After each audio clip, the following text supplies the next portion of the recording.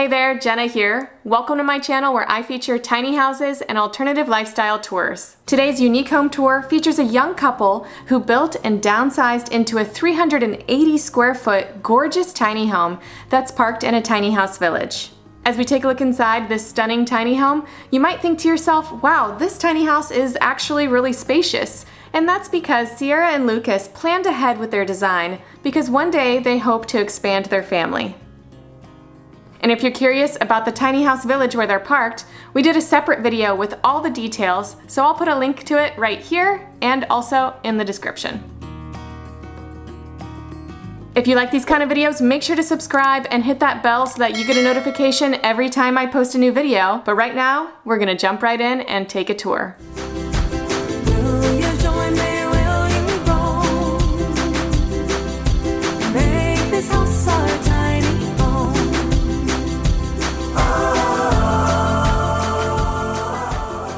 Hey, I'm Sierra. And I'm Lucas, and we're excited to show you our tiny base camp.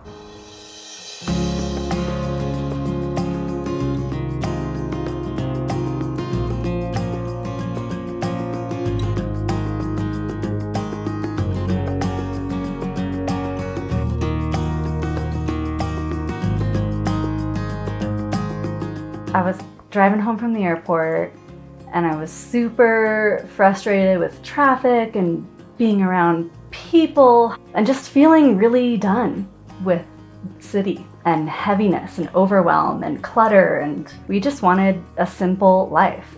That conversation really spurred, well, where would we want to live? And so we started kicking around ideas, and pretty immediately Durango came up. This house was designed largely with the idea of starting a family. And we built it to help fulfill a bigger vision in the future. We wanted something we could grow into, something that will last, that will be low maintenance, and not something we're going to be done with in a couple of years. We told my family at the end of the year we're going to move to Durango and go tiny. My dad, being the professional contractor that he is, he calls Lucas and he's like, hey, it's official, I want to build your house. Yeah. We had to show up, we still had to do our part and put the effort in every single day to make it happen, but there were so many elements and blessings that happened of pieces coming together like that.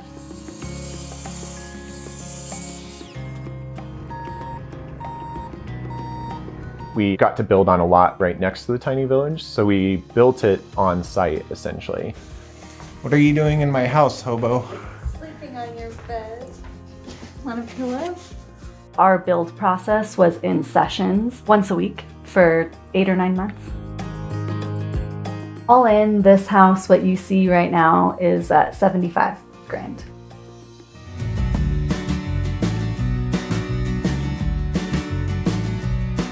As you can see, this is a little bit different setup than maybe you've seen, a little bit bigger. We're on a 15 wide trailer by 40 feet long.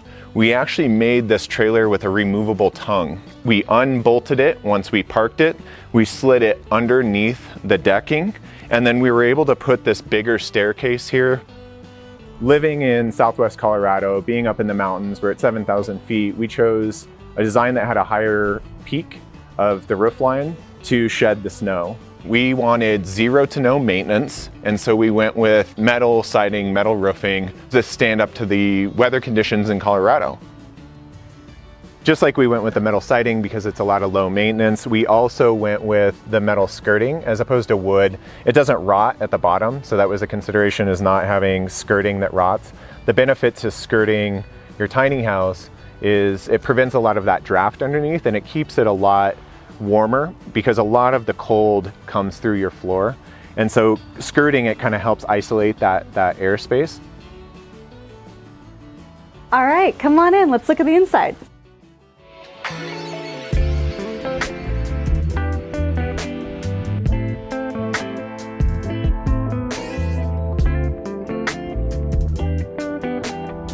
Welcome to our living room.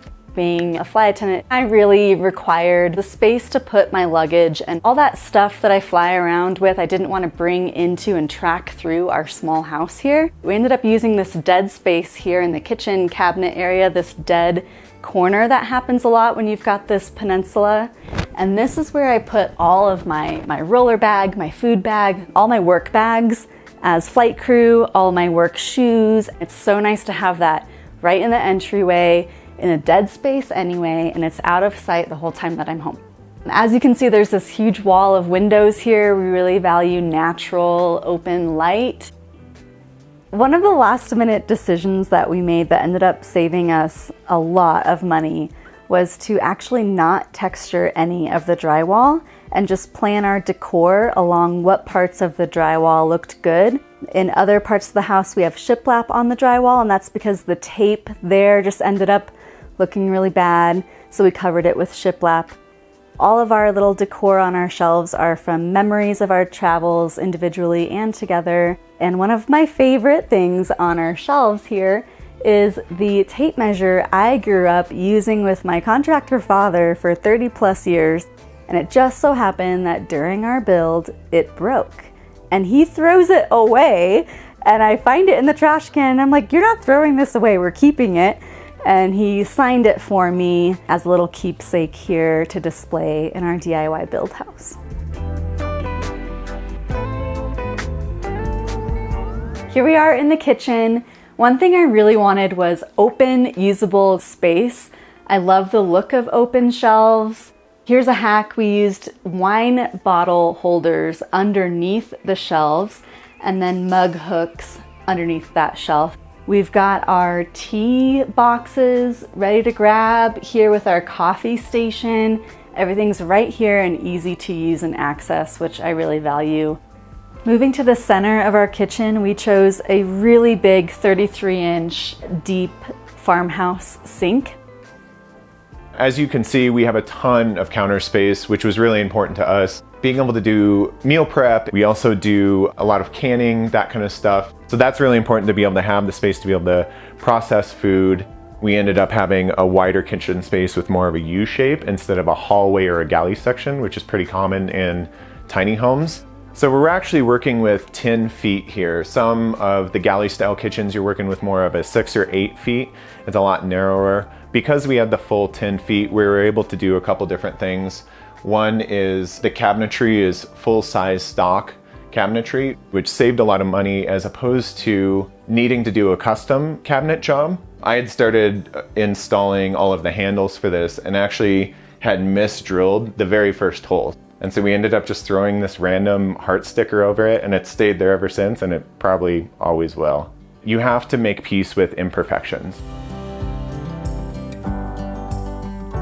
We actually ended up designing multiple features around the full-size appliances.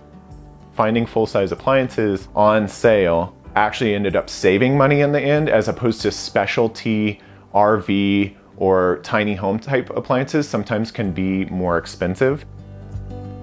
Moving towards the back of the house next to the fridge, we were able to install full-size washer and dryer to not have to spend an entire day going and doing laundry, having a family and kids in the future, and have the ability to expand and grow with this house for many years to come was really, really important to us. Shout out to Mama Doreen, Sierra's mom, had the idea of adding the counter space so that you don't just have this awkward space on top of the appliances where you're losing stuff back behind it. It's actually usable to fold laundry and do different tasks. It also gave us more storage for our linens and detergents, that kind of stuff. We have the bathroom in the back corner of the house, and then I want to go ahead and show you this room. This is one of my favorite rooms. It gave us a ton of utility, so come along. This is actually kind of a bonus room in this floor plan. We love it. It was really important for us to have office space to be able to work. We were able to turn the back wall into his and hers closet space. So behind the curtain, we actually have one side that is Sierra's side and the other side that is mine.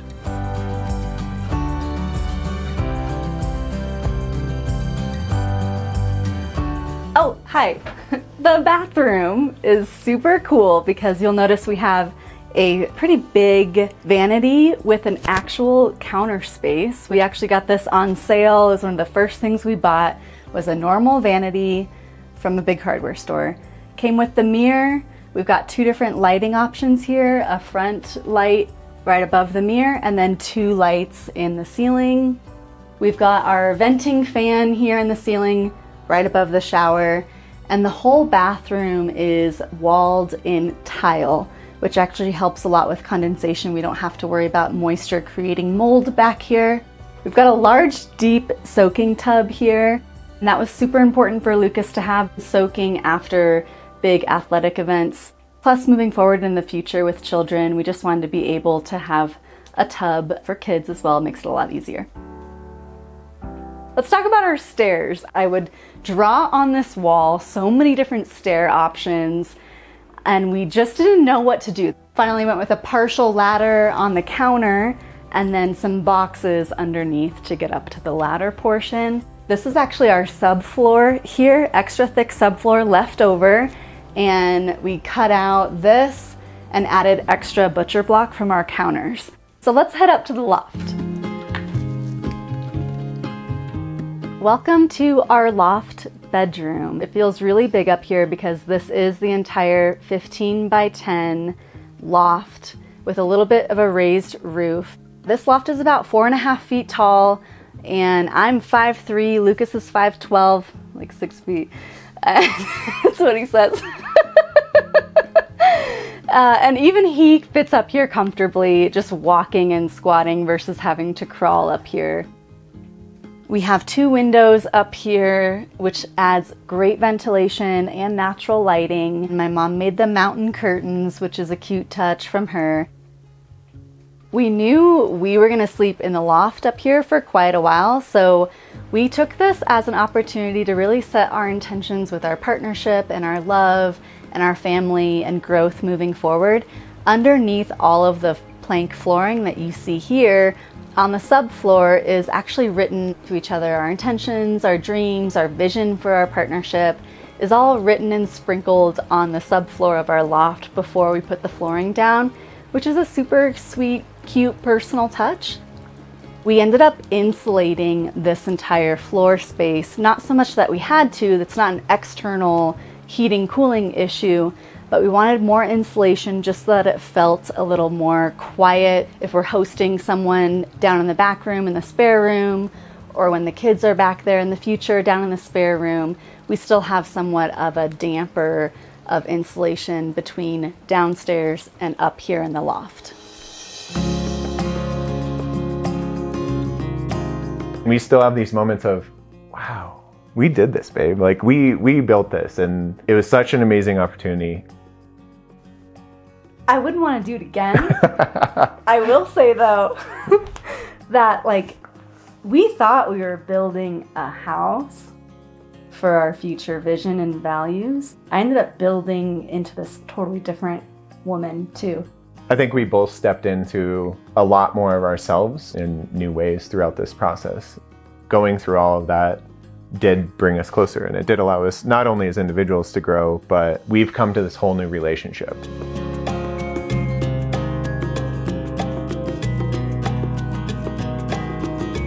Thanks for watching this week's video. Make sure to like, share, and subscribe. And if you're interested in the video about this tiny house village, make sure to check out the link in the description.